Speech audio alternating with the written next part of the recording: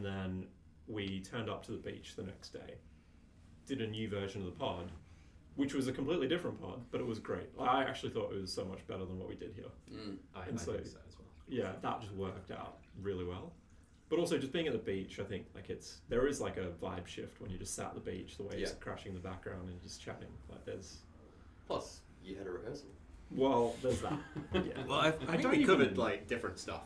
I don't think we covered really any of the same stuff. That's the crazy thing. Well, because there's no... Oh, I did launch, by the way. So there's no real preparation for what we do. We just, sometimes we'll come up with like a broad theme for what might govern the episode, but that's it. And sometimes we'll have that and we'll go off on a completely different tangent.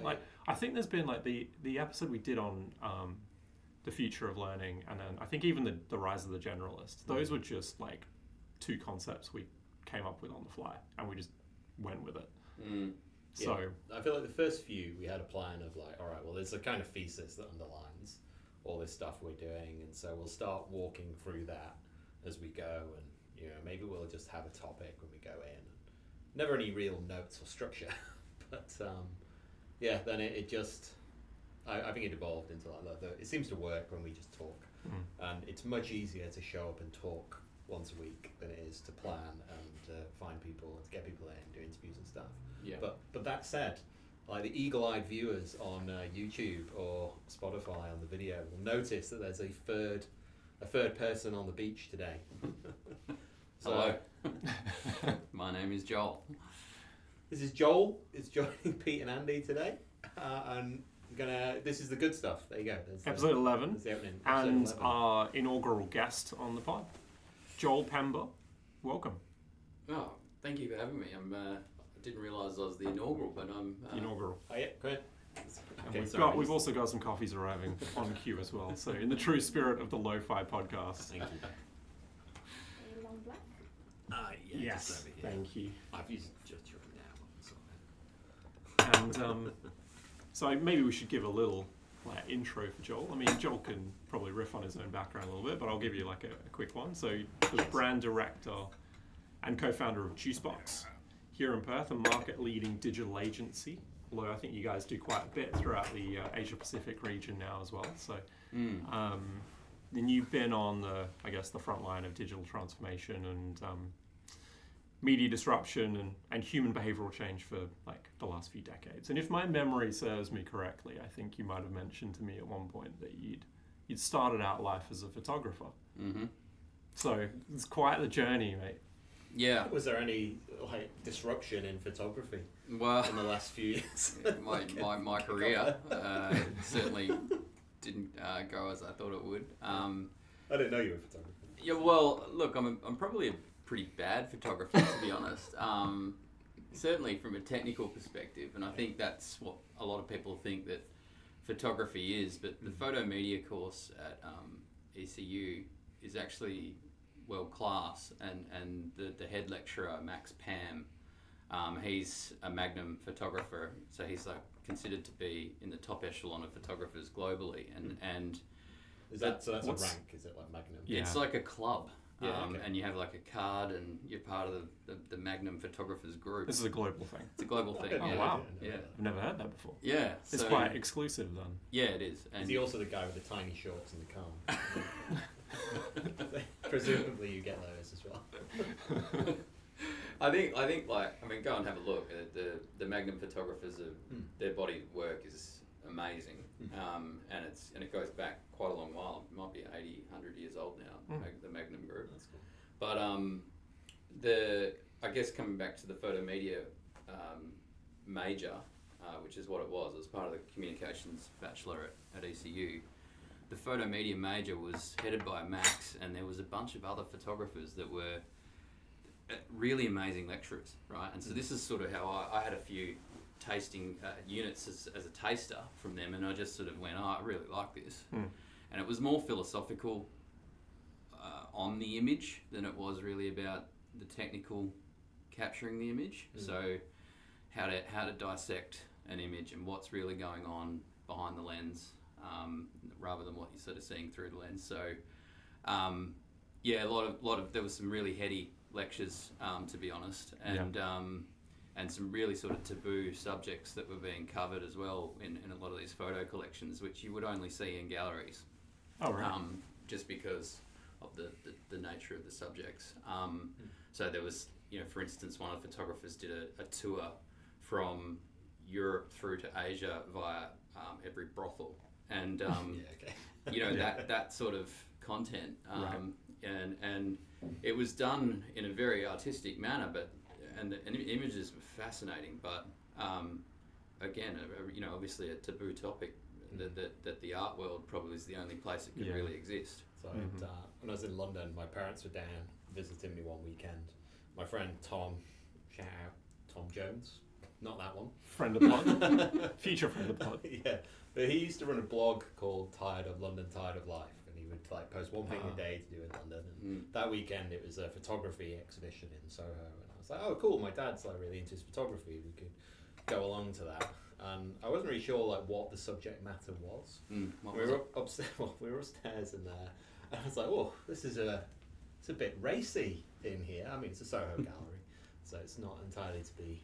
And I remember walking over to my mum, and she was just staring like a bit gobsmacked at this photo. Yeah. And I looked down at it, and it's just this like nude black guy, massive cock, like cock rings. I was just like, oh god. Yeah, what have I brought this guy to? But this is the thing. I mean, another amazing exhibition and photo book was by another Australian guy actually, who embedded himself with a guerrilla militia, and he really sort of went into the psyche of the group he was with, and probably saw some pretty horrible stuff. And his photos were scratched and bled over, and they were intense, right? Really amazing photography, but then another layer of him sort of writing and carving into the images themselves with poems, and and quite literally bleeding on the photography and stuff like this. And I guess that's where when people sort of say, oh, you're a photographer, obviously the automatic assumption is to go, oh, what do you shoot, weddings or portraiture, or the reality is it's an art form, and it's a discipline of communication, and there's many layers to it, and there's people out there that are very, very serious about what it is. And I think that was the romantic side of photography that I sort of fell in love with, and the philosophical side of the image. There's the story behind the lens as well. I mean, that's the thing that I'm getting from both of your recounting here, is there's a tremendous story that like adds substance to the image. Yeah. Do you think this is at risk of being lost with AI?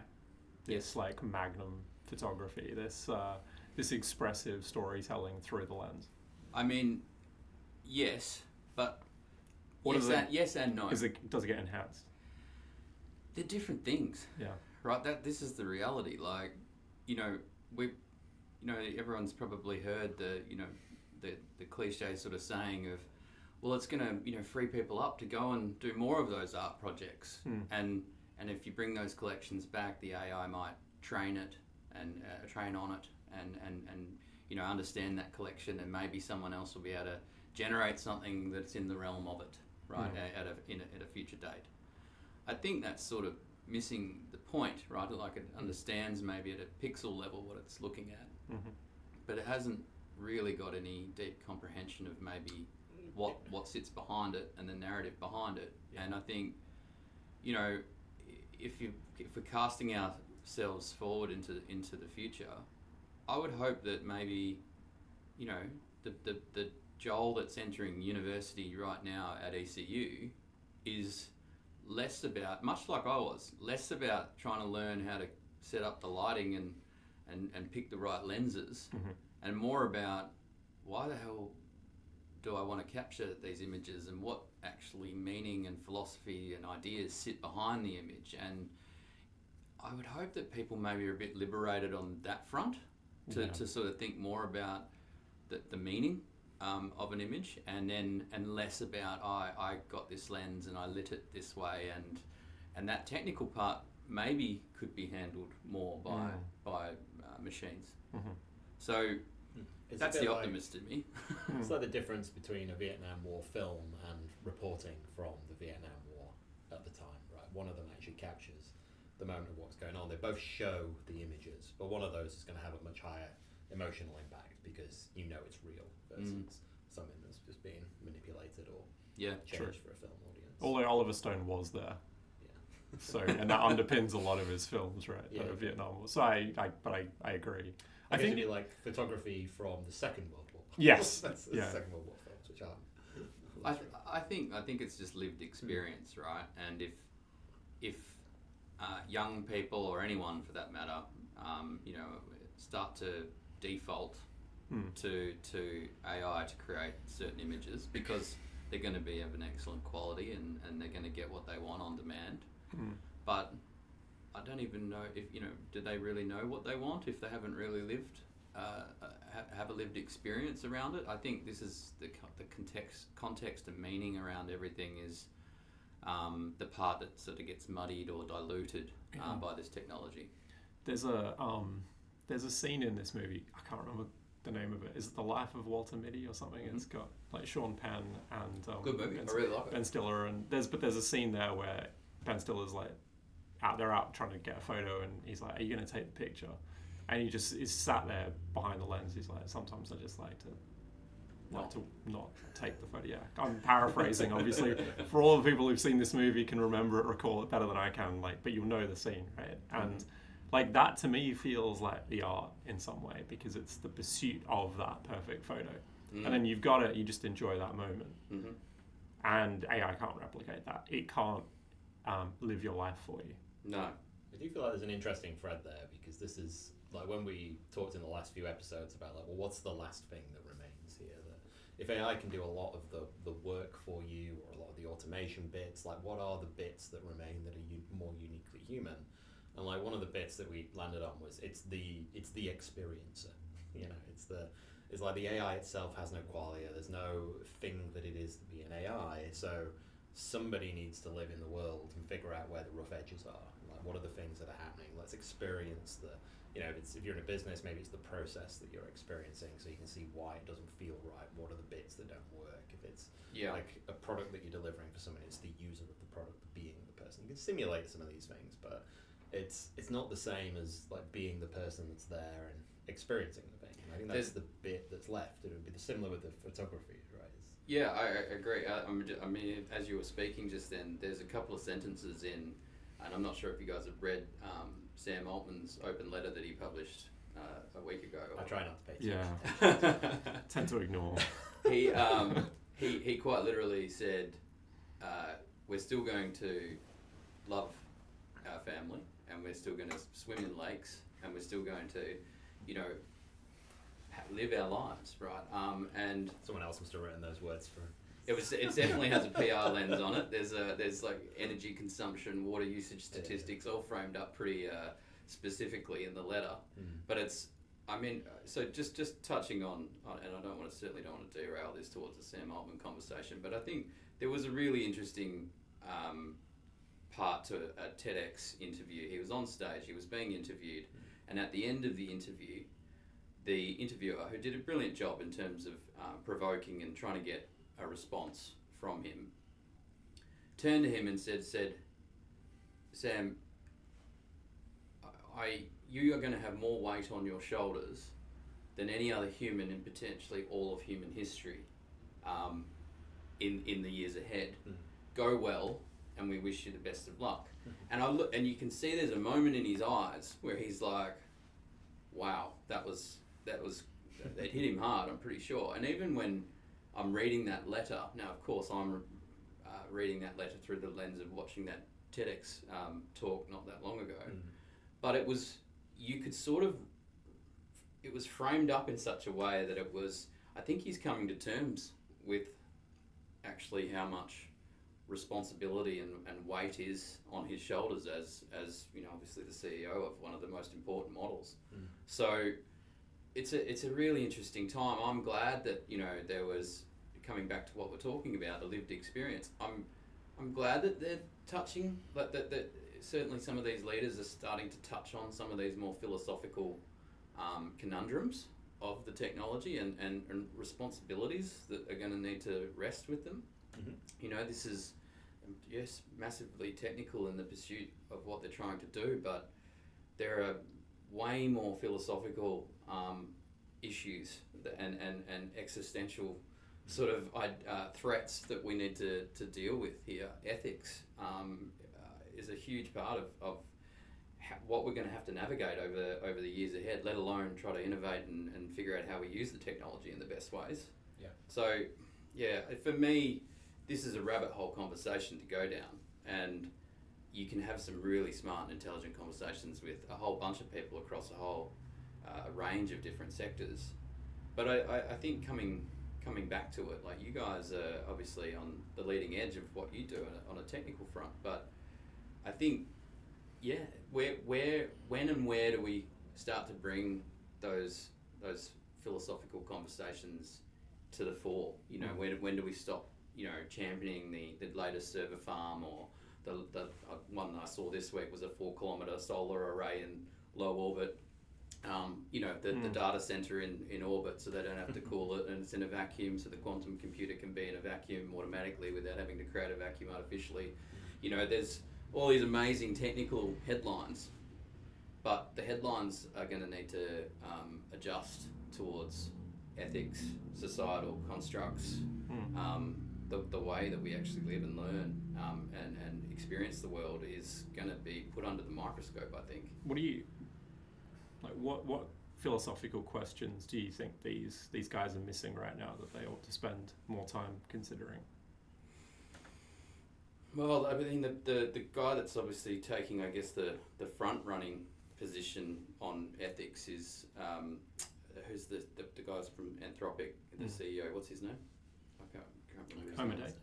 Yeah, so he, at least they're taking pretty formal initiatives, you know, like the economic impact index that they've actually published, and they put the data out on jobs and usage of their technology and categories of jobs and where they're going to likely see the most job losses or adoption. And they're proactively engaging in summits and with world leaders to sort of say, not good enough, guys, like, we need more regulation or rules around certain aspects of this technology as a planet. Otherwise we're going to end up in a mess, right? And you know, this balance between sort of pursuit of innovation, speed, and the race that obviously exists, whether it's geopolitical race or whether it's private enterprise race towards superior technology. But, you know, at what cost, right? And that's the balance that we are definitely going to have to deal with in terms of humanity. And so, really, I think, you know, we call on, you know, good, smart people to stand up in our societies and become either our political leaders or our business leaders or our community leaders. Where are our tech leaders? And do they have ethical or moral compass, or is it just capitalism on steroids? And so, I think this is going to be a really interesting decade ahead, like more than it has been in the past. Yeah, I mean, I would go so far as to say that vacuum extends out to pretty much all aspects of leadership at the moment. I don't think you'd get too much debate about this if we extrapolated that into political leadership as well. But I think this always just comes back to vested interests for the most part. And it's the same with tech leadership, right? If you have, especially if, you know, more and more of these companies are public, you know, then they've got to balance the kind of the technical with the fiduciary. And I think that's where the problem lies. And you kind of see this in other fields as well, like, you know, pharmaceutical companies operate on this standard as well.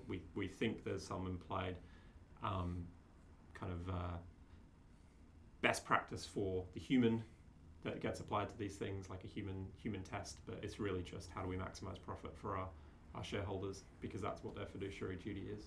So totally. you got to balance those aspects. I agree, but there is also this, you know, we've seen this play out before, right? In terms of the concept of the adjacent possible.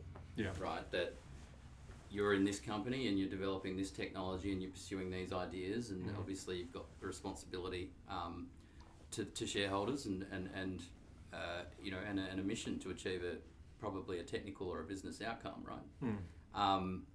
The reality of what you create, though, has implications, whether they're seen or unseen, that potentially merge with other realities, you know, and another company's developing something completely different, but the reality is those two things converge or come together to create something brand new that, unless someone's looking to sort of, you know, that they could have implications that we have to deal with. I think this is the part, is like, who's overseeing this, you know, and I'm not even sure if we need an oversight, right? I mean, because I take quite the opposite. You know, I don't really need any oversight of this at all, and usually the problem comes when somebody comes in and steps in with that oversight. So for like the flip side of the Anthropic guys, like, oh, I'm worried about this, would be that it's very common for large tech companies, once they've achieved a certain size, to then go and get a lot of arbitrary regulation and enforcement done. Yeah. To, you know, just to create that regulatory barrier, so now nobody else can move into that space. Yeah. And I'm maybe more cynical of him. I would say that's probably what he's doing. Is what Sam's been doing in the past. Pulling up the ladder. Previous well. Yeah, exactly. For the elites. Yeah. Whoever they are at the time, right? There is always a set of elite people in society that have more control than other people, and they tend to prefer to keep that control. I don't think that's too controversial. No, but also like your description of like what Sam was saying in his letter also sounded like something an elite would say. You know, it's like spending time with the family and going swimming in lakes. But hear this for a second. In that TED interview, where the interviewer suggests that there needs to be oversight, he says, but we've got the technology now to ask everyone in real time what they really think. Why wouldn't we do that rather than have an oversight panel? I would argue we already had that technology. It's called free markets. It's just we don't apply it, right? It's just, my issue is always with it's the centralization of the control and the government, where we have this thing where we go, oh, government means good, it means for the people, and we forget that it's actually, they are just a bunch of people and they have their own needs. And it's, you know, if you give a small subset of people like an enormous amount of power, what you realize is that they're the people you're best off bribing if you're corrupt. And if you know, happen to be a psycho that loves wielding power over other people, you tend to be, you know, drawn to these sort of roles. And there's probably world leaders around the place that we could look at and go, seems like a bit of a psycho. Yeah, like, well, whatever your political persuasion is, there's a couple probably you can point out. I was listening to a gentleman on the weekend at a party, and he was a high up exec, and he quite literally pointed out that, you know, 40% of all executive leaders and board members are either, you know, psychopathic or sociopaths, right? I'm absolutely sure that would be true. So, you know, if you're sitting around a boardroom and there's more than 10 of you, then 4 of you in the room are likely going to have those tendencies. Look, power. You know, the only thing I'll say to your comment about the free markets is free markets are very economic, right, and numerical in nature, and I just think, where is the layer of values and ethics and my view is that has to come bottom up. It's like, I don't think that there's necessarily such a thing as like a government that's ethical, if you know what I mean. Like, it's because again, it's just a set of people, and what you're saying is that for this set of 20 guys over here, they can rule over the opinions and voices of 20 million people over there. I just think that's flipped the wrong way. I think we centralise too much power in that way. But I think what you do see is that like norms exist, and as much as like people like to think that, you know, most of society might be managed by a set of laws or things that are illegal, or like the police will follow up with you. So the reason people don't beat the shit out of each other in the street isn't because the police might turn up in a few hours' time, because it's too late. It's because there's a norm against that, and people just don't think that that's acceptable. And then what you see is, like, when you see like a breakdown of society, it's generally that people just start accepting these things and looking the other way. And it's the norm that broke down, and the norms were always bottom up. It just doesn't look that way. Once we codify them in laws, we then assume the law was the thing that drove the behaviour, but it never was. It was always the norm and the people. So I think what's most important is just getting access to this to people and having it broadly distributed in a way that people can use it and they can all use it and they're not dependent on like one arbitrary model company to do all the work. And I think we're going to be in a good space for this. There's so much good open source tooling. Like even the frontier models, whilst there might be a few paid versions that are a little bit ahead of the free versions, there's free versions that are like as good but slower, if you know what I mean. Like you could just run, instead of one call to Sonnet 4, you could do 4 calls to DeepSeek, but it turns out DeepSeek is like 10 times cheaper, so who cares? Like actually works out, I'll just wait an extra 10 seconds. It's not that bad. So I actually think like we're in a good spot with this, but to me, like, yeah, the ethics side would come from how do we give this to more people and have more people get their voice into the fray. That's establish exactly those norms. I also think AI becomes the enabling function for more of this to occur, because like something Pete and I have talked about a lot on this podcast is that you kind of will just see this natural proliferation of more hyperlocal, smaller businesses, smaller teams. And I think when you have 2, 3, 5 people, 10 people teams, they tend to be built around, like they tend to be constructed around a set of values. And usually they're shared values, and those are easier to maintain and to actually live up to because they're your values. Whereas when you've got like these big, corporate statements around what our values are, they almost never reflect, all the kind of the disparity of people that exist within the organization because it's too vast. They dilute, yeah. Yeah, so I think like that's where you tend to get this like ethical progression over the kind of the longer arc of time as more and more companies are essentially they just use AI, they exist because of AI, and they do things that are more hyperlocal and they are much more nimble and smaller. And this is actually partly why I tend to like push back on the whole like governance discussion around AI. Like it seems like everyone wants to just force the discussion around AI through this governance lens at the moment. And for me, this feels really backward. It's like you're trying to place a bunch of guardrails around the use of a technology that is going to completely reshape and re-architect how the organization is even going to exist in the future. To me, this feels like it's just like you're handicapping yourself day one. You don't yet know all of the different permutations for how this technology plays out, and you're there trying to like prevent certain use cases or to ensure people's safety and things. Like we just don't know enough to actually go and set the governance frameworks for this. Spoken like a true disruptor. Yes, probably. I think this came up on the No Solutions podcast the other day, where Pablo was discussing it with his wife, but there's an element by which it's funny that people think they have a choice. It's like there wasn't, let's say go back to photography for a minute, like there's the analog camera and like the SLR and everything, and then all of a sudden there was digital photography, and you didn't have a choice whether digital photography was going to exist or not. It just happened. And then like maybe you could be one of like the best photographers in the world that works with like a lot of the analog stuff and knows exactly how to do with it, but it probably is just going to impact 80% of that industry. And I think the same thing then would be true of like just image generation in that space, right? If you're really into stock photography, you're done. Like what's the point of stock photography anymore? I can have exactly what I want, like royalty free, and I can just generate it as I go. Like that whole area is going to disappear, and you don't necessarily get a choice. Yeah. In the same way, people would point to the internet and say, yeah, there are companies that thought they were going to ignore the internet and it wasn't going to have an impact, and those companies don't exist. Yeah. Like, you don't necessarily get a choice. You get a choice in how you react to it and what you do with it. And I think like there's certainly, you can bring your own ethics and morals to it. Like you don't have to abandon like your, like even say the internet comes along, you don't have to abandon your shop.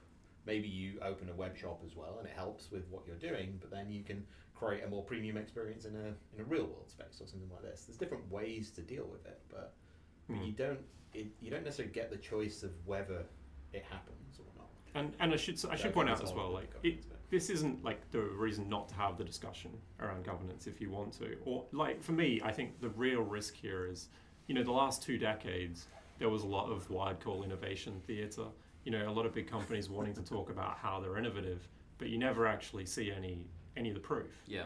And I think in the same way we risk this illusion of security theatre through governance conversations, where people are, creating the illusion that they're actually building an environment for people to use AI ethically and safely, and all the while, we're basically re-architecting the enterprise. and it's happening around them. And then all of a sudden they wake up and their business is no longer economically viable. And that, I think, is of greater risk to people. Yeah.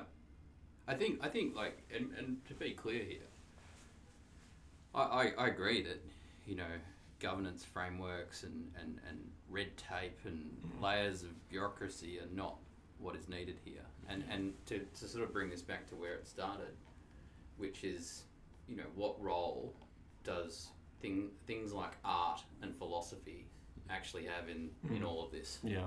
Right? This is, you know, these are not words that are used in a business context typically.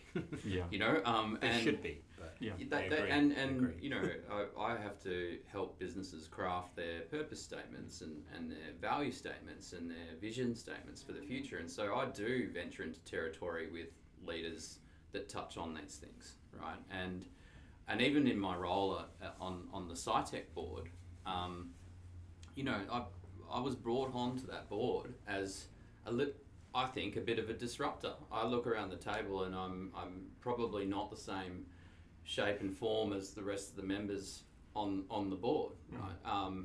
They belong typically to larger corporations, and I'm on there to sort of, you know, make sure that we're thinking through the lens of technology and customer. And when we get asked about certain things about the children and the next generation, early childhood learning, and how SciTech, for instance, needs to be thinking about engaging via digital channels.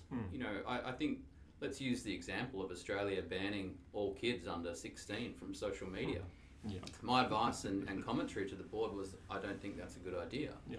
And I think there was also evidence and academic proof coming to the table around the board saying that's not a good idea, right? Like we had everyone saying that's not what should happen. Yeah. Now, I know that if people listening to this are going to say, irrespective of the data, I think we should do it, right? And you only need to go and talk to a few mums and dads out there, and they'll definitely jump on board with that. So there are populist ideas here. As a dad, I'm very much against this. I think it's ridiculous. Yeah, and I'm okay with parenting my own kids, like whatever anyone else wants to do. But I think, you know, this is just, it's a conversation. So rather than a government coming in and mandating, it needed to be a conversation, and it needed to be that everyone actually participates in it. So that means the tech companies, that means that the politicians and the government authorities, it means relevant academic people and institutions that do the research and have the data on kids and developmental learning, and actually bring that conversation to life.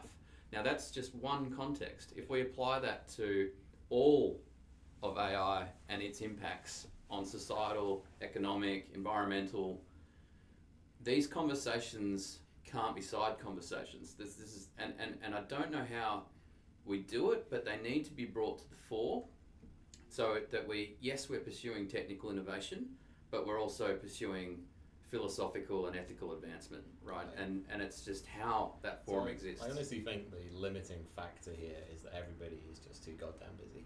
Yeah. Like it's like I have like two worlds of people that I live in. Right? I have like my normie world, and then I have my world of people that I've met through Bitcoin over the last X years. And one of the main, there's this ongoing conversation that this might sound like just stuck up to a lot of people who don't know the space. But there's a kind of conversation that happens in the Bitcoin world where people will say stuff like, why is everybody like so chill in this world? Like, why do we all seem to get along and like be okay with each other? And like, is it like, because you really do get along with these people. I can go anywhere in the world and I'll find people and be like, oh cool, and we can just get straight into a conversation. We go quite deep on stuff. Yeah. We can argue to no end, but it's all very good natured. And the best I can come up with is that it's because people aren't absolutely just fucked with debt. And I think the average person in the West, be it, you know, the US, the UK, Australia, everybody is just like worked and stressed and just broken by the fact that they've got this like 30-year fixed mortgage rate. Well, it's not even fixed in Australia. It's fucking killing everybody. But they're on the mouse wheel. And they're on the mouse wheel and they cannot get off. And the idea that they would then have to then think more about the philosophy of how something impacts their life or have that space is just so rare. And again, like being a young parent, giving myself a compliment there, is that you see that who's got time? There's I see at the school gates, right? There's not that many parents that are always there to pick up their kids, or both parents be there to pick up their kids. This is very rare. It's just people don't have the time for this. But as far as I can tell. there's one other aspect that you mentioned that you didn't mention there that I think is coupled to the debt, and that is the inflationary aspects of the world around us. Everything is getting so much more expensive, and I feel like, especially for younger people, it feels like this pursuit of freedom is just slipping further and further out of their grasp. And it's not even necessarily just, do I have a heap of debt because I need to buy a house? For most young people, the idea of home ownership is just escaping them because they can't save up the deposit to get the house. To get that amount of debt as well. I mean, our government is obviously lowering all the barriers to getting access to that debt. So there's the problem that you're describing. But I just think all of these rising costs. So the mouse wheel's getting spinning faster, yeah. right? And you're the mouse on this wheel. And I guess this is where I'm encouraging, and maybe I'm unique, but if I'm on that mouse wheel and I'm running faster and faster, the first thing I'm doing is stepping back from myself to have a look at myself on the mouse wheel and say, how the hell do I get off this thing, right? And who created this mouse wheel? And why is this mouse wheel spinning like this?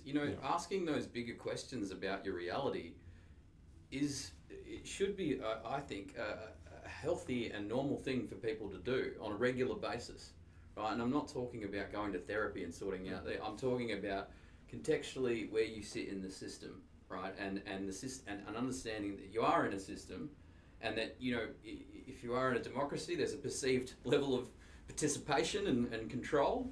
But that everyone does have free will, right? And but you've got to actively participate in these ideas and conversations. You can't just withdraw. Yeah. Well, because otherwise you get stuff like, oh well, the telly tells me it's good that social media is banned for my kids. My kids are on the iPad too much. Problem solved. It's like, I will just say to the kids, they say, oh, can we watch something on the iPad? And I'll say, no, the government won't let you. Just knowing that, just sort of breeding the propaganda into them. So what's interesting is my kids, we sat down for an hour this weekend and we built from scratch a social networking app called Dumpling Town to collect dumplings. Nice. And share them with your friends and stuff. And we vibe coded it in about an hour. I was having some internet problems, so it didn't go as smoothly as I hoped it would. But it's like, how are you going to stop this? It's like you're going to ban Dumpling Town. Come on, Albanese, let's see the It's crazy. Open source network Dumpling Town banned by Australian government for suggesting that kids could have a computer dumpling. Yeah. I mean, it's just inhibiting progress and learning, and there needs to be responsibility by the platform, certainly, to moderate and censor certain content and topics, because it can be a cesspit out there. But, in terms of just blocking, flat out age gating, with no nuance to how that looks and feels, that's overreach. I mean, I don't think it's necessarily about this, this might sound a bit conspiratorial, but I don't necessarily think it is about the blocking of the kids. Like almost every change that gets introduced is always introduced because it's to protect the children, or it's like a war, like terrorism sort of thing. It's always one of the two. It's like the old GIF wrapping meme, like how do you want this wrapped? And like the thing is, if you say it's about kids being unable to access that information, what you then introduce is like, oh, we need a way of understanding whether this is kids or not, which means that everybody has to register. So YouTube goes from being a platform where anybody could just look at stuff anonymously to say, now you're in Australia, you can't do that anymore. Yeah. And everybody has to register, and we need to be able to see what you're watching, and then we need to be able to control what you're watching. Anonymity. And it'll just make YouTube irrelevant in Australia, or people will use VPNs, people will work around it. It'll have no real impact on it. Yeah, push to the dark corners. I'll just teach my kids how to use VPNs. I don't really had too well. To be honest, I'll just put one on the network at home. I need to teach them anything. Yeah, the next generation is going to be like experts at VPNs. Well, it's like, I mean, who adopted file sharing and torrents and Yeah. stuff, right? It wasn't like 30-year-old mums and dads. It was like 8-year-olds. Yeah. Like I was like, so what? You're saying I could not have any music, or I could have all the music in the world if I just learn a couple of things, and I'm in like the period of my life Yeah. where I can most easily learn new things. This will be fine. I'll just figure it out. Yeah. The bit that's frustrating with that is that like the risks that you then like when you hear about these kids getting sued by Disney or something because they're just the worst people in the world. But Yeah. I feel like that was our introduction to the internet in some respect, right? It was like it the was also the BitTorrents golden of the world age, and, and then the internet Pirate got Bay and fucked over by Zuckerberg and like, Yeah. all the Web 2 guys where mass we centralization. gave away again. We centralized all the power into these few things, and then we wonder why they end up corrupt. Yeah. I don't think they necessarily start that way. I think it's just Have it you? stops becoming a bottom-up thing and starts becoming a centralized top-down thing. And I agree. I mean, it's too easy to bribe. you reflect on the journey that we've had. I mean, we literally started Juicebox in 06, right? And that was when Facebook turned on in Australia. And it was, I remember the MySpace to Facebook switch where all of a sudden everyone just couldn't be bothered. They were just a bit lazy, and they liked the fact that you could just turn this thing on and all the buttons were there, and that it was convenience, right? Standardization and convenience that got everyone on board, and then as soon as you got a critical mass of everyone's on there, you could all of a sudden it was the social. It's the network effect. Yeah, exactly. Yeah, you could not be on there because you miss out on the conversation. So, but then they've managed to. I think the early day behaviours on the likes of Facebook and even Instagram. Have you scrolled to the bottom of your grid and had a look at the photos that you posted back then? Like I don't have any access to that. I try not to. the behaviour was just insane. Like it was so different to what you I know there were perceive pictures of those me from platforms Notting to Hill be. Carnival there. Yeah, and just different mindsets of why you're posting and what you're posting about versus today, how you use it. And I think that evolution alone is really interesting to consider. From a content perspective, we talk about the fact that content micro creators and influencers are a trend line in the advertising world right at the moment, right? So brands are really struggling to sort of keep up with the fact that you can go and get a person, a micro influencer or creator, to produce content that goes and gets as much reach and engagement and in fact could be more effective than a multi-million-dollar professionally produced piece of content. And you've got to look at that and go, okay, so the way that we behave and consume information on these platforms now has fundamentally shifted, and therefore, and I'm not sure if you guys have both watched Mountainhead. Have you watched the movie Mountainhead yet on Max? It's a parody. It's written by the Succession writers, but they've done it on 4 tech CEOs, and it's basically like a mashup of the All In podcast and. Sounds like pretty fun. They go away for a weekend to play poker together in some Utah retreat. One of them's built this mega mansion, and they're all worth hundreds of billions each. The one that's worth 500 million they call Soup Kitchen or Soup. It's That's just amplified parody of like maybe what it's like. But the whole premise of this movie is that they're away for a weekend. One's launched and released a new algorithm that's allowing AI slop to start new wars and society's crumbling, while the other one's got the antidote algorithm, which is moderation and cleanup of the feed, and their stock price is going up and down. It's obviously exaggerated, but it's interesting to sort of think about where we started. With a MySpace or a Facebook. Yeah, and Facebook at the time felt like it felt like amazing, right? It was like this thing that let you keep in touch with friends. That's it, yeah. That was the key, right? I mean, you were broadcasting to people you knew, and then all of a sudden something switched, and you were like broadcasting to the general public and trying to build an audience. And it was just like... It was chronological for a long while there as well in the feeds. Exactly. So it was always friends and family first, and then chronological in terms of who posted what and when. And then as soon as the algorithm kicked into preferences and highlighting, and these days it's got zero to do with any of that, and there may be some close network friends, certainly if you've got them starred or linked, but it's a discovery engine now, right? What's going viral and what do they want you to see? And the algorithm will push you to whatever corner they want you to go So to. what's the impact of AI on Facebook then at the moment, and like what you see from an advertising point of view? I haven't touched Facebook in Yeah, me. Probably close to 8 years. Yeah, I I haven't got rid of it. to be honest, but I'm rarely on there. But Yeah. I think my parents draw me back in because they post something. it feels like it and I'm is like a grandparent. I think I have to check and moderate what my dad posts sometimes. I'm just like, what are you posting? Like, that sounds about right.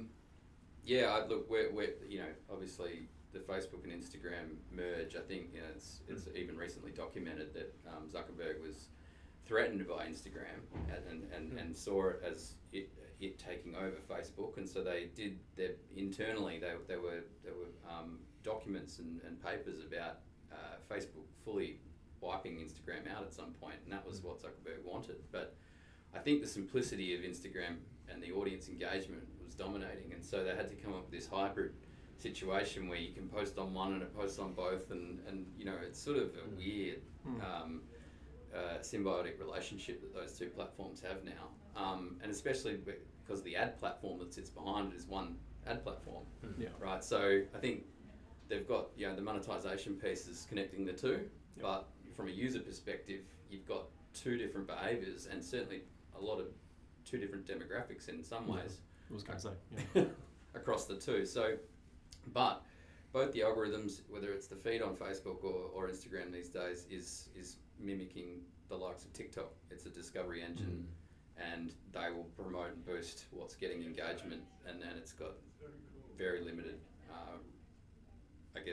effects of your network or your friends and family or what's happening around your social circles. I feel like there's like an interesting place to dovetail this conversation, because what I'm hearing is like there's this like discussion around the role of discovery for brands, and that's just making me think like, what's the role of the brand in like the age of AI, the value of the brand?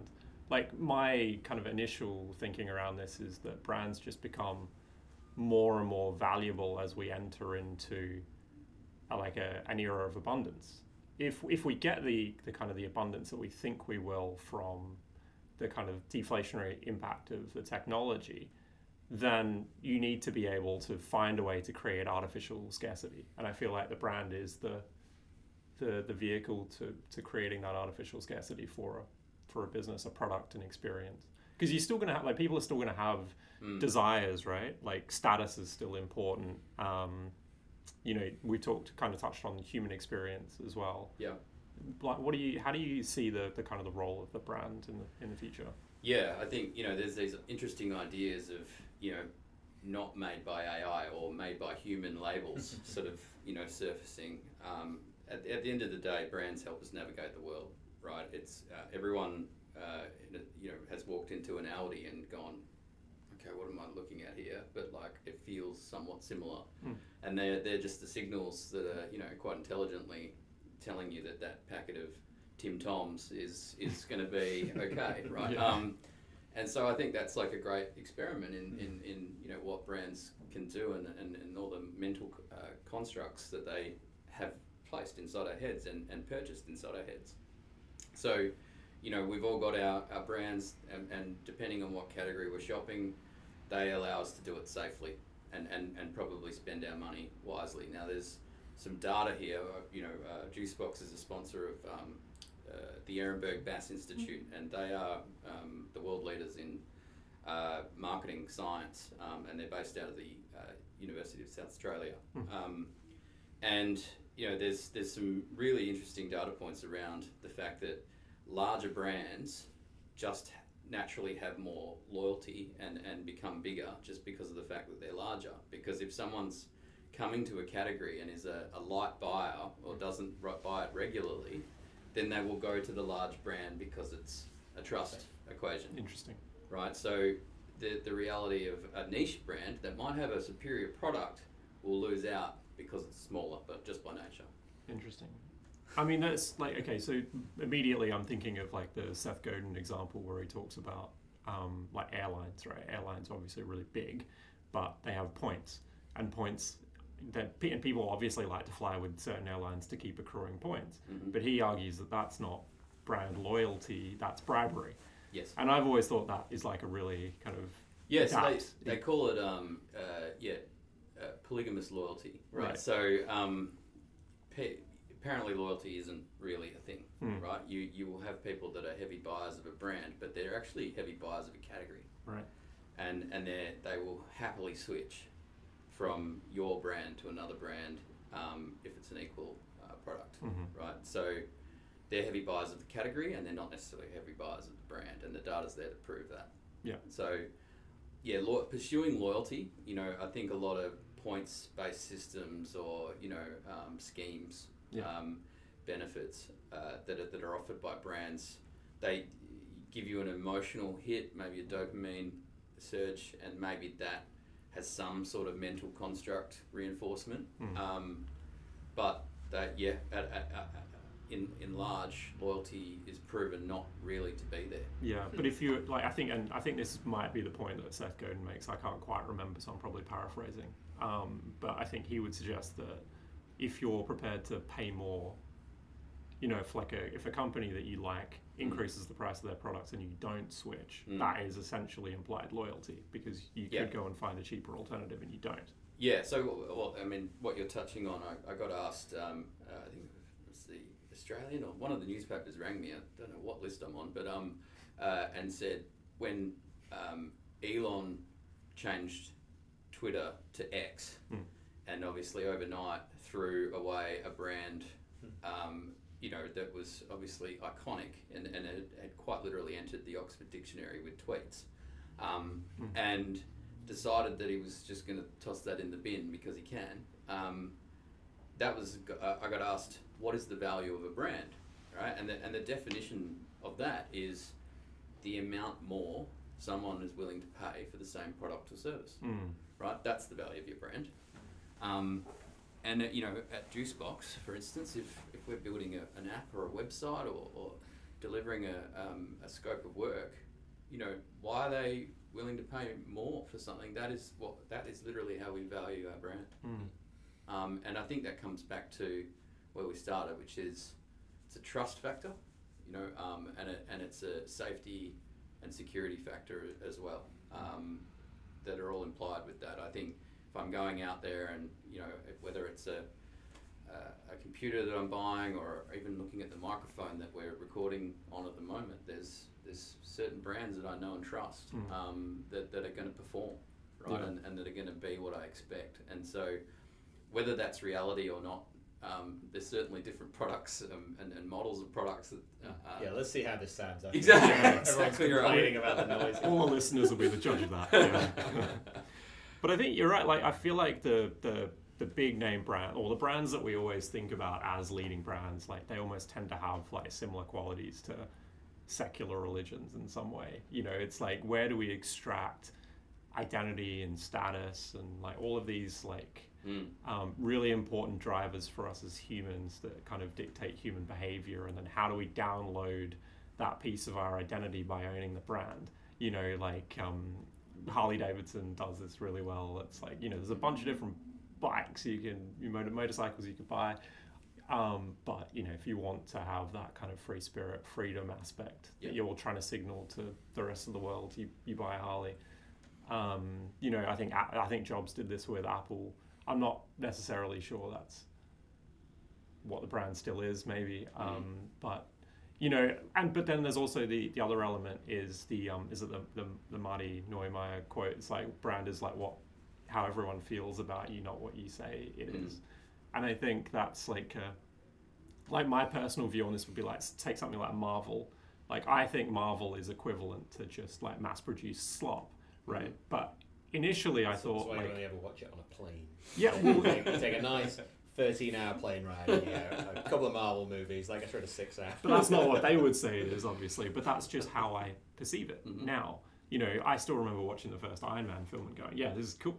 Like, but then somehow they squandered it. Yeah. And So yeah, I just wonder, like, you know, do these brands still need to kind of like veer off into So every brand, building secular religions? And I think every brand has and rides the waves of the zeitgeist, right? And you know, you can talk about they call it the Madonna curve or the Bowie curve in some circles, which is they were experts. So Madonna was more pointy, I believe. Yes, she had some great outfits. So, you know, the idea is that, you know, you've got this sort of bell curve and you've got these waves of the zeitgeist, and what they expertly did throughout their careers, which is why it's referenced, is reinvention, right? So they would go, disappear, restyle, whether, you know, their look, their sound, and they would see what was happening in society, or go and move to another city and ride a wave, a cultural wave, and go and then launch their new look and sound off as it was rising, and then they would disappear as they were going down on the peak. right. And so brands are no different. Brands will come and go. Some of them are timeless and have the ability to sort of, you know, be enduring, but many aren't, right? And many ride those zeitgeist waves. And I think, like, to talk about brand in an AI world is really interesting, because if we move into, you know, purely agentic driven realities soon, certainly in some consumer decisions and procurement, things you don't even see, hear, taste, smell, touch. That's all those sensory aspects of experience. Potentially this is where disappear. I was just wondering is that, like, it's brand makes tons of sense as like a shortcut for humans as to establish that trust. And I think, well, if we move into a world where I just go, like, robot slave, please just go and buy this for me. Yeah.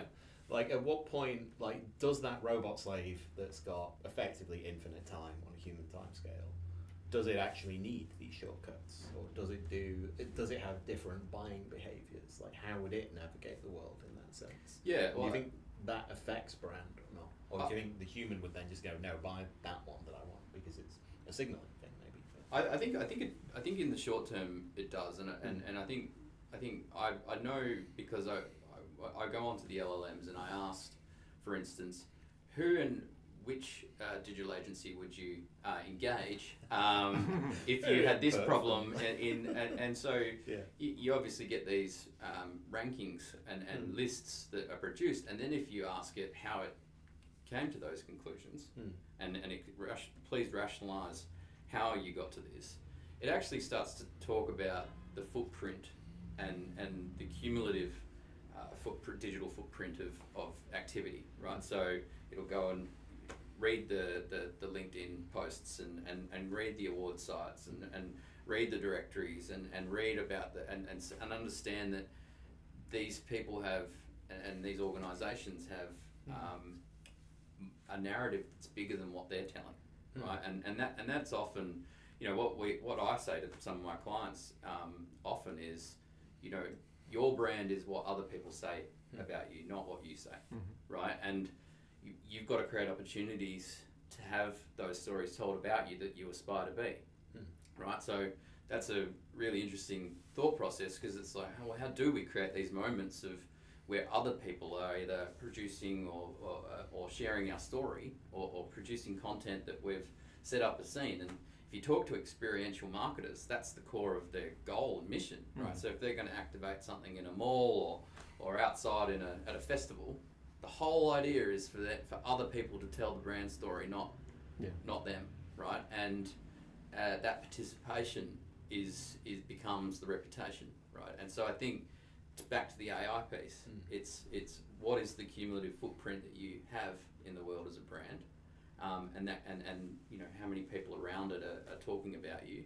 And I think AI and the agents are going to navigate that data and make assessments about what they think you want to buy. Do you think it just gets easier though, like in some respects, because like we were talking earlier about this like hyper-localization, this movement toward more smaller businesses. Like at that point, as I said earlier, you know, you're just channeling like the collective's values at that point, but you're also just you're just doing, you're being, you're living, Mm. you're doing the thing. This like I always kind of think about it as an extension of like show don't tell, which is what like Pete and I always talk about. So we just need to just show what we're doing. Yeah. There's no kind of point in being being in a pulpit talking about all this stuff. Let's just keep doing and being, and the right people that we want in our lives will gravitate toward us. Yep. And I kind of wonder if that's where brand goes to some degree. It just becomes the natural extension of the people who are building the businesses, and there's less curation per se. It's more just show, don't tell. It Yeah. strikes me that That's a authenticity good idea. would become more valued. Like when it becomes easy to just, because you could create a brand or like a perception of something and then just pump the internet full of stuff that suggests that's who you are. Mm. But I do think that there is, in that world, like it becomes more, the thing that becomes scarce is the authenticity. Yes. Like it's really not scarce to just pump shit into the world anymore. It's going to come down to, okay, well, how do I know that that person said it, and like what are they doing that I can reference that is authentic, that I can get to know. The other side of that is the discovery piece, which is kind of where I was starting off with this question. And this is where I was like, I've been like listening to a bit of Rick Rubin lately talking about taste. Like a lot of guys in tech circles have been interviewing about this because this is just what he's built himself around. Absolutely. And I think- and the book, if you've read it.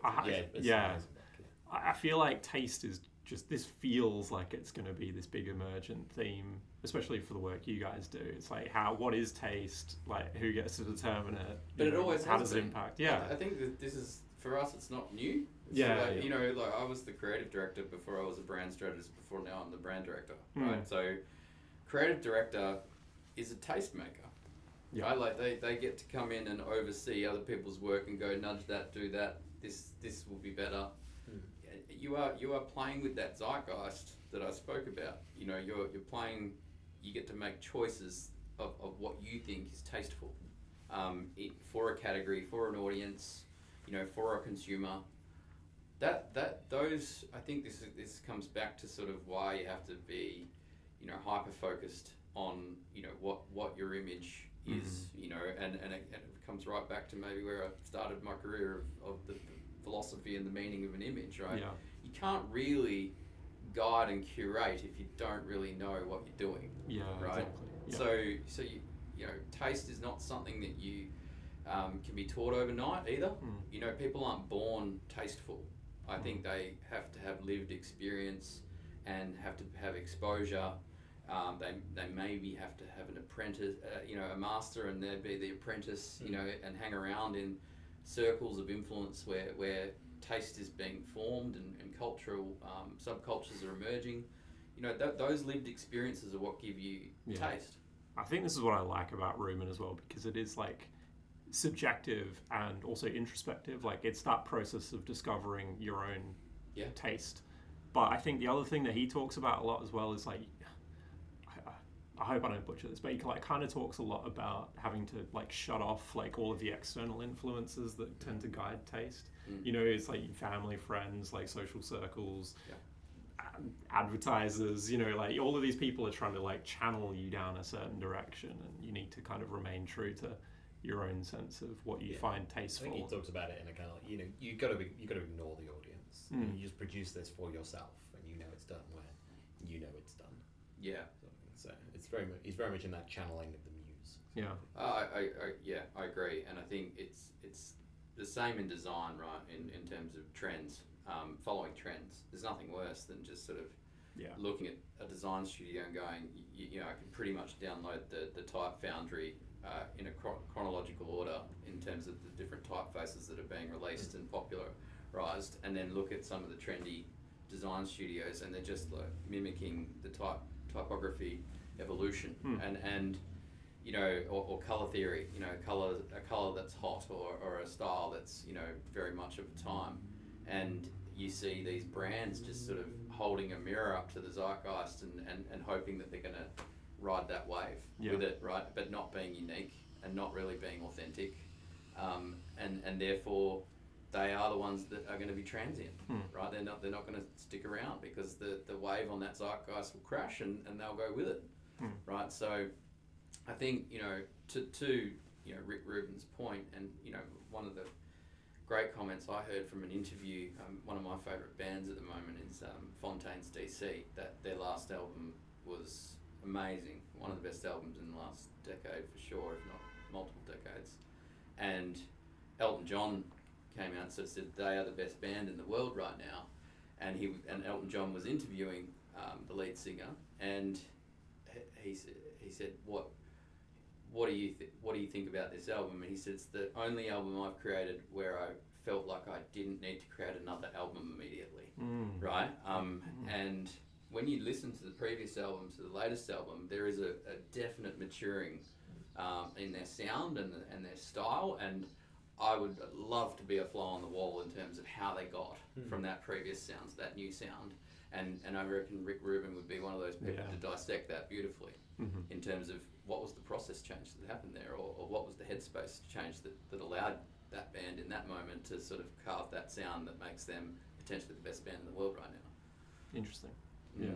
But I think so there's two elements to this, right? There's one is we're looking at the kind of subjective introspective aspect of developing your own taste, and then there's also the commercialization aspect, which essentially requires a business to go and figure out what is taste to other people just as they're landing on it, or like maybe even just before they figured out what that is. There's like convergence, divergence aspect to it as well. Yeah. But I guess my concern with some of that is, again, trying to kind of bring it back to AI, is that it almost feels as if the last generation of like machine learning within platforms is training this out of us to some degree. Like if you think about Spotify keeps reinforcing us with the kind of music we always listen to. Netflix feeds us movies that we've watched in the past, and it's just like a continuation of the same themes. It's not feeding us stuff that is different. So there's no like, natural exploration across like a wide medium. It's just, we'll just keep funneling you the stuff we know you like, because that benefits us as a platform, because we get you to spend more time on it. But it's also, and it comes back to the lazy inconvenience factor piece, right? Where we started with MySpace and Facebook. It's I have an extensive vinyl collection. Some would call it an addiction. And why do I have that, right? Like, that's enough about what you wear in the private moments. How about music? handling the records, right? Like I've got crates and crates of these artworks that I can, that are old records and new records, and it's this random acts of discovery, right? That allow me to sort of put songs together in a mix that just wouldn't occur in an algorithmic sense. And I love that, and I think it comes back to sort of this is where we can't rely on the algorithms to because they will just serve as echo chamber. We have to go out to the gallery and see the show, or listen to the comedian, or go and participate and watch a sport that you never thought you'd watch. Like those lived experiences give you the random acts of discovery. There was something really social about music discovery as well as kids. Like your friends would just introduce you to music that they were listening to, that their siblings were listening to, and there was this, and your parents would introduce you to like a range of music as well, and so you'd get this like broad diaspora that you would just experience, and then you'd find the things you liked. So I feel like I go backwards and forwards on this piece with AI. So like, well, how would I do this? Because in my head I just go like, all right, so taste. Like, how would I do taste as an AI? And I'd be like, all right, well, I need some way of like sampling what's going on in the world, which is like the being in the world, and I'd look at like, well, what are the themes that are coming up that people are trying, and then like how are people reacting to those? And that I was like, you could probably get data on that. Like, it's not something I know at the moment, but I'm sure we could source it. And I think, well, and if I've also got the ability to create new stuff, I could just start randomly pairing things and just chucking them out in the world. And then I'd get new data on that, and then I'd iterate on that and see which one works. And that's probably how I would start to establish that zeitgeist. And it doesn't, like, I feel like that's probably what humans are doing to a certain extent, is that we're just hanging out in a space, seeing what's occurring, seeing those patterns, not necessarily noticing it in the front of our head, but then creating like something that brings the two of them together, and then going with that. And then we test it. And I think, well, if I could do that just way quicker, then wouldn't I be able to just echo that with a set of AI agents that happen to be producing this stuff? And it doesn't strike me that I couldn't do that.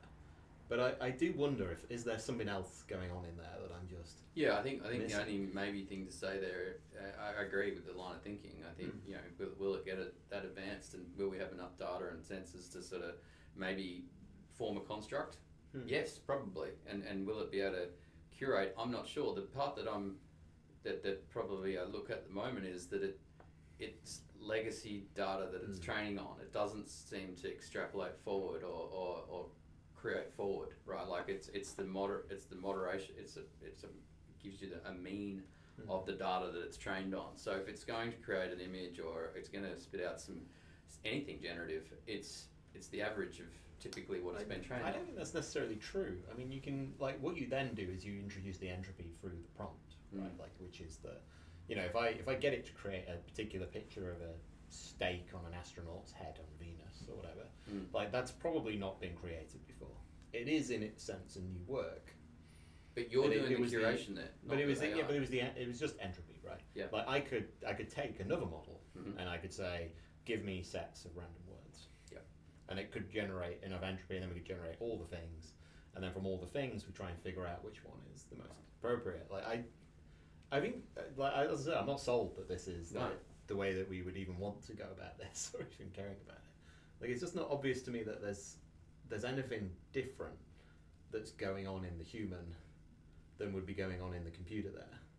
I think like the we part are that the power part matches. Yeah, maybe the only thing that's missing is the fact that the human networks, right? So you look at something like Charlie XCX, where I don't know what that is. well she is probably certainly last year was the female pop star, and she's had an album called Brat, and you probably heard Brat Girl Summer, and that lime green, which is sort of similar to that painting on the wall over there, but is that lime green started to infiltrate everything, right? And it was really on the internet it did, from a meme and sort of pop cultural zeitgeist aspect, and it was really lo-fi typography that all of a sudden started to pop up on every gig poster and music thing and she'd just tapped into the zeitgeist. She'd done the Madonna and the Bowie curve again, right? But done it for the modern day and had done it really well, and as a result of that, she gets sort of held up as you create this music, but you also have this ability to sort of tap into these zeitgeists and have your fans and everyone around the community create this sort of movement. I mean, I don't know much about this, but did she create that, or did it emerge around her? Because probably both. I mean, I wonder as well if the answer here is just more it's more of a Jobsian philosophy of people don't know what they want, they don't actually have taste. I will tell them what it is. This the Henry Ford. Yeah. That people want the faster horse, but they don't know they need a better car. Yeah. How much of it is that? It's you do have tastemakers and then a general collective who go, I want to tap into that. And I think that's the point, right? That some people take the lead on this. And the question is, can machines take the lead on this in certain instances, right?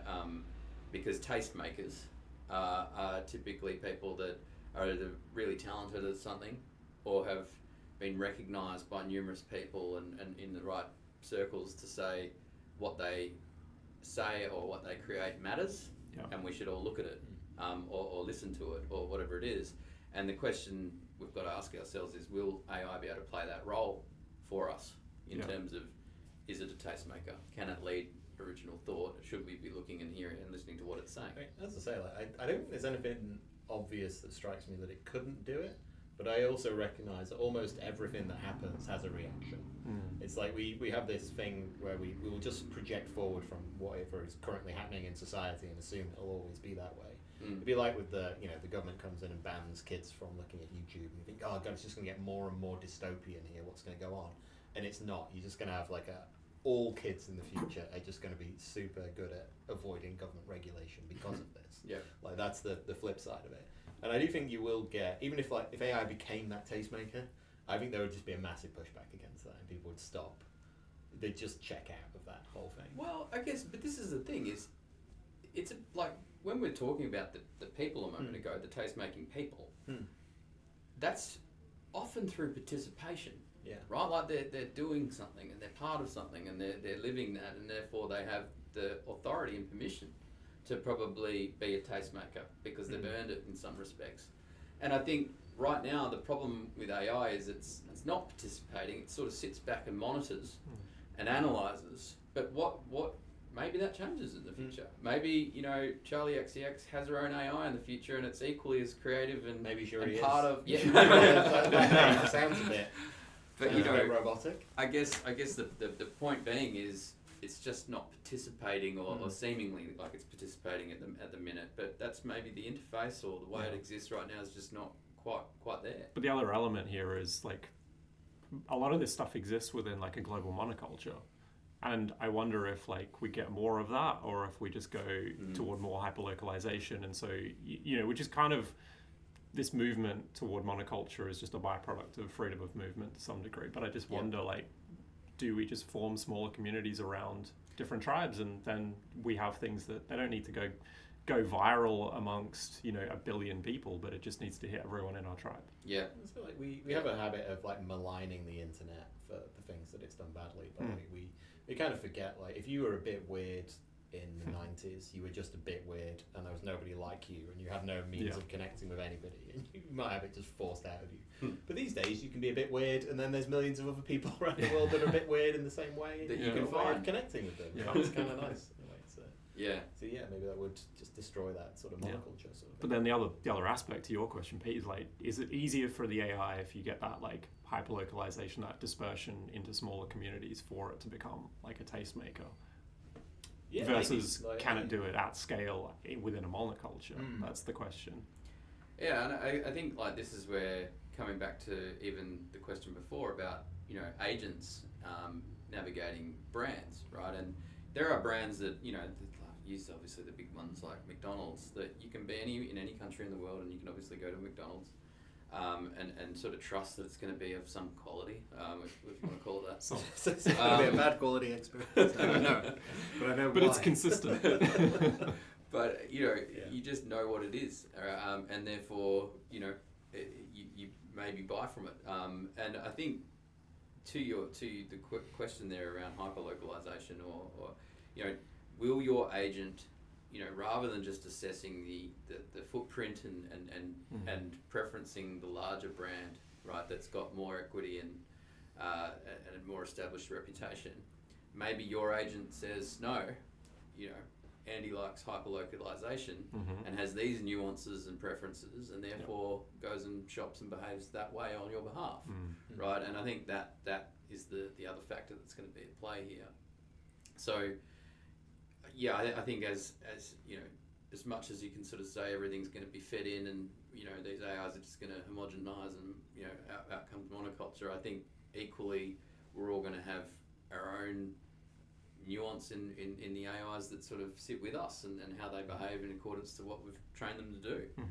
I always thought that was the first myth that people got with AI, was that it was one thing. It was like the AI, like it's like this magic godlike figure from what was it, Westworld, where they have the big ball that's controlling everybody. Like it's not going to be that. It will be multiple systems. They're all going to be like you find as well. Like when you niche these things down, there's again like an AI model that just does diff reviews on code and makes changes, can run at fractions of the cost of Claude Sonnet doing that. Can Sonnet do it? Yes, but you would never use it because this one is going to be significantly cheaper. Yeah. So I think we're just going to see more and more like breakdown of these models into niche areas. There'll be like slightly higher level ones that do coordination across all of these models, and then there'll be humans in the loop where the humans are required, which is the important bit. And then beyond that, I think it'll then just distribute out again, because what you've done is you just made cognition and intelligence just commodity and available everywhere. And you think, well, if it's as available in Perth as it is in San Francisco, then I'm probably not going to get my software made in San Francisco anymore. So when I think of hyper-localization, usually I was thinking about that SaaS world of like, so much of the software that runs the world comes out of that weird little corner in California, and it probably just won't in the future. Yeah. Because the people that experience the pain, like now you're going to get really good accounting software in Australia, because a bunch of Australians can do it. Like it can just come into existence. You know, my kids can like just play around and create a social networking app that gives them exactly what they wanted for a conversation amongst them and their friends, then like they're going to use that. They're not going to want Instagram. They'll use the one that's about them. Like, there's a really nice question here for you, Joel, around the future of the agency as well, because like one of the things, I think Pete and I have talked about this in a few podcasts now, but like, you know, I think to some degree we just see AI becoming the plumbing that just underpins a lot of these businesses in the future. Maybe in the same way that, like, you know, you didn't have, I think, God, I'm going to reference Seth Godin again. I don't actually know it's why. all right. He's a good lad. He's a good guy, friend of the pod, potentially, in the future. Yeah, well, we got some secret guests coming Yeah. on. Really, this We is can't just, say who it is. this is an Can't excuse say if now. it is Rick Rubin Yeah, or Rick Seth Rubin. Godin. We can now just tag Seth Godin in all of our posts Mentioned. about the pod, and this might get him to engage with us. So that's where we started. But you know, like he talks about how, like, when we had like electricity, you know, companies they weren't electricity companies. You know, it's like there were a bunch of companies. Electricity just happened to be the thing that powered them all. And so yeah, I do like that framing for AI to some degree as well. It's like we're not, you know, and I've kind of thought about this the last 2 decades anyway. You know, you've had like traditional businesses and tech businesses, and at some point I think we crossed the chasm, and all businesses are tech businesses because they use technology in some way, shape, or form. Yeah. This became a weird divergence, but I'm kind of curious about like how this changes the kind of the agency model for you guys. You know, like right now, or maybe in the past, all of the way we worked was human to human, and like right now maybe it's more like human to AI, AI to human, and in the future it might just be AI to AI. AI to human. Yeah, it's probably like there's probably a few steps in there, but like in the future it's probably just like, you know, agent to agent, and you know. But how does this kind of thinking shape your strategic vision for the agency in the future? I agree with you that I think it's going to be like electricity. I think let's just define what agency is, right? And it's really simple. It's the team that you wish you had inside your company that you can't afford, or that it's too hard to create, and that you pay to essentially be part of your team for a period of time. Now that's whether it's to deliver a particular project or to, you know, be part of a longer term game plan, right? To enable some sort of outcome. So that's what agency is to me, right? And I think what's really interesting, if I think about Juicebox and where we're at right now and what we're hoping the future will unfold, is that we, for so long, you know, we've been doing this now for 18 years and probably closer to 20 unofficially, but we've seen a lot in terms of digital disruption and media disruption. But I think we were always sort of seen as a specialist fringe agency that made, you know, a website or an app, or, you know, go see them if you want to go talk about that digital stuff that sits on the fringes. And for agency, traditional agency, ad agency, they were always focused on brand, campaign and media, right? Because that's how you got influence in the world, you know, by running these campaigns and connecting with humans and audiences via campaign and media.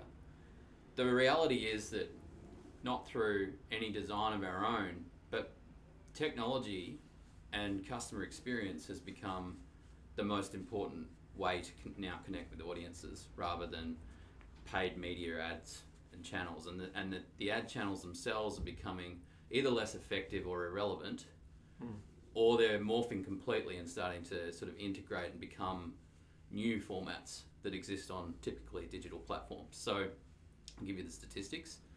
2/3 of all brand engagement now happens on digital platforms and channels globally, and 82% of total global ad spend now happens through digital channels. And of that 82% of total digital ad spend, 3 companies dominate the channels, right? So you've got Meta, Google, and Amazon that have 2/3 of the 80%, right? Now what they are doing is teaching brands to self-serve, right? And soon they'll have, you know, fully automated ad solutions in terms of the content creation and then the distribution, right? And the ad model, the traditional ad model of going to an agency, creating an ad and pushing that out via media is transforming into something that's more akin to customer experience mapping and creating a tech platform for a brand to exist. So I see that us as a specialist fringe dwelling digital agency starts to all of a sudden, the world shifted around us and we become almost the primary agency partner with experience and technology at the core, because that's how a brand actually activates and connects with its customers. So we start to think about a customer journey end to end, from not knowing us through to being a raving fan and having loyalty in inverted commas. What is every touch point along that way? Well, you can start to think in a digital first world, it's typically via apps and platforms and soon to be agents and every other technology enabled touch point. And if you're an agency sort of sitting there that knows and understands this technology and understands customer experience and understands user experience, then you get to architect and orchestrate the reality of a customer experience and the way that a brand can be perceived and the way that a brand can connect to its market and its consumers and audience. So to bring it back quite specifically to what role AI plays in that, I think we will help other brands enable their customer experience with this technology and connect to their customers in ways that they potentially couldn't because they just didn't have the resources to. They couldn't hire that many people to maybe have that amount of conversations, or they couldn't synthesize that amount of data that was coming in from various touch points and points of sale. Well, that's all out the window, right? We can synthesize all the data now, and we can sort of endlessly have conversations with people via automated solutions. So I think the customer experience gets redesigned, rethought, reimagined. I think there's also ways that customers will interact with brands that we just don't even perceive yet, that are maybe just hidden around the corner a little. Those adjacent parallel realities that I spoke about earlier. This is also potentially some of the agent to agent dealing as well. Exactly. I think that's where the discovery piece might lie in the future. And this is I think Pete was touching on this earlier, this is where the qualia is really important. It's my agent can go off and buy me a pair of swim shorts, and it might be the brand that aligns with me. I don't know why. I'm not gonna wear swim shorts. But you're wearing swim shorts right now. Just don't try and fool people. It's true. I do like swim shorts. But it might Speedos. It might buy a brand. You bring Speedos to a podcast. It might, yeah. Well, it's better than budgie smugglers, but it might pick a brand that might align with the kind of the zeitgeist at the moment, but then might actually be in disalignment with my own values because it's made in a sweatshop somewhere.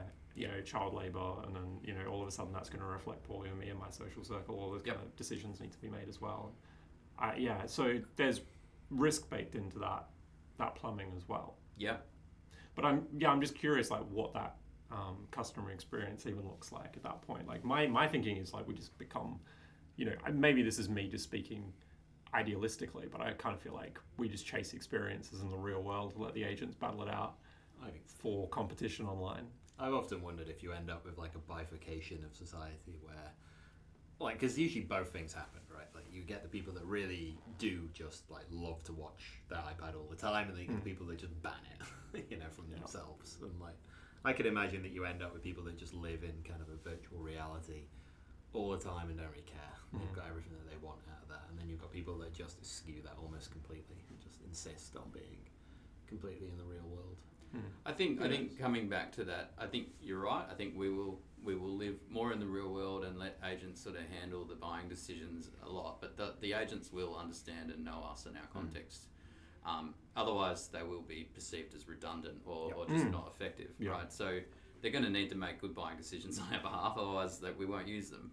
And we know we can give them that context. We do already. So if you take all the tech away and you start to think about, agentic buying as a high street in a mall. We're only a couple hundred meters away from the Hay Street Mall here, so every e-commerce store is the same as a bricks and mortar store, and as you walk past them, you choose to ignore a lot of those stores because they're not relevant to you, and you choose to walk into others, and your agent's going to be no different, and people are going to set up their answer engine optimization or their agentic optimization strategies to appeal to agents. That's just going to be part and parcel of the game, right? So you're still designing the desired effect, right? And if I'm going to reflect on even the new purpose statement that I've worked on with the team at Juicebox, is we hope to inspire progress by designing meaningful connections between brands, people, and intelligent systems. That's the statement. And the designing meaningful connections is the real focus, right? Is whether it's an agent, right, and that's the brands, people, and intelligent systems. Whether it's an agent, a brand, or a company, or a person, we're just trying to create those meaningful connections. And I think as consumers, that's really what we're looking for. You know, when we buy products or when we engage with any brand for that matter, we're just looking for a bit of meaning, and probably a bit of reinforcement of who we think we are. Bit of awesome. I like it. I like that. All right. We're coming up to about an hour and a half now, so I reckon that's been pretty. I've enjoyed that. Absolutely. I didn't expect to be talking about the philosophy and stuff. That was pretty solid. I enjoyed it. Do we want to riff on a name for a minute? Well, we will need a name. What I just want to share something about this this campfire scene that we've got. Obviously, you're the inaugural guest on The Good Stuff, episode 11. When I was like, Bill, this was my first coding project that I picked up in Cursor a few months ago. So it's been a bit of an evolution. But when I was adding the third character sprite into the code, I've referenced it as Joel sprite everywhere in the code. Now there's only a dozen odd references to it in the code, but I could go back and change Joel sprite to, generic or guest sprite, for instance. But I actually think it'd be quite nice to just make every subsequent guest that comes on the pod Joel sprite. I've already got a feature branch of it where I've just done that already. Beautiful. Well, I didn't do it. I had Ruco did it for me. Brilliant. Rather than 7 branches. I had about 5 different coding projects going at the same time from Windows. So there you go. Yeah, look, You're the inaugural. Thank you. The OG. Thanks for the invite, guys. I mean that. It's a privilege to be the first guest. It's a banger. I think we'll have to have you back. It was a good chat. I like it. All right, that was good stuff.